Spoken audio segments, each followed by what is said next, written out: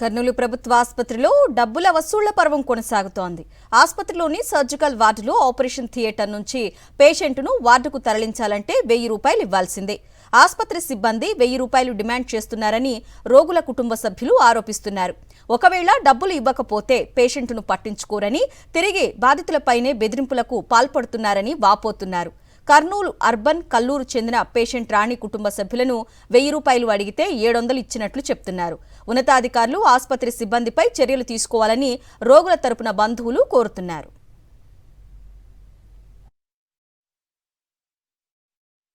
బయటికి తెచ్చినాక ఆయన 700 ఆయన 700 ఇవ్వాలమ్మా అన్నాడు.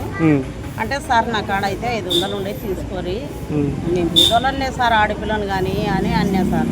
అంటే లేదమ్మా ఇవ్వాల్సిందే, ఖచ్చితంగా ఇవ్వాలా, ఇస్తేనే పైకి తీసుకోవతాం లేకుంటే లేదన్నాడు సార్. నా కాడ అయితే 500 ఉండే, కానీ మా ఎల్లుడు వచ్చి 200 ఫోన్ పై కొడతా అన్నాడు.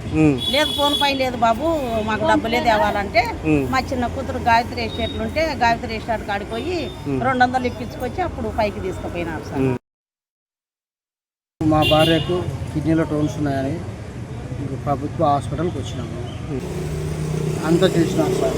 ఓకే, కాకపోతే ఆపరేషన్ అయిన తర్వాత వార్డు షిఫ్ట్ చేయనిక 1000 రూపాయలు ఇవ్వాలంట. డ్రెస్సింగ్ చేసినందుకు అమౌంట్ ఇవ్వాలంట.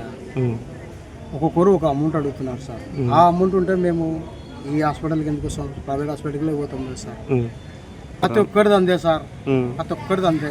మీరు వచ్చి చూసినారు కదా, ఏమంటే మీకు భయపడి ఎవరు మాట్లాడతలేరు. పేషెంట్కు నేనైతే 700 ఇస్తున్నా సార్, ప్రతి ఒక్కరు 1000 ఇస్తున్నా, 800 ఇస్తున్నా, 1200 ఇస్తున్నా, 1000 ఇస్తున్నా అని చెప్తున్నా.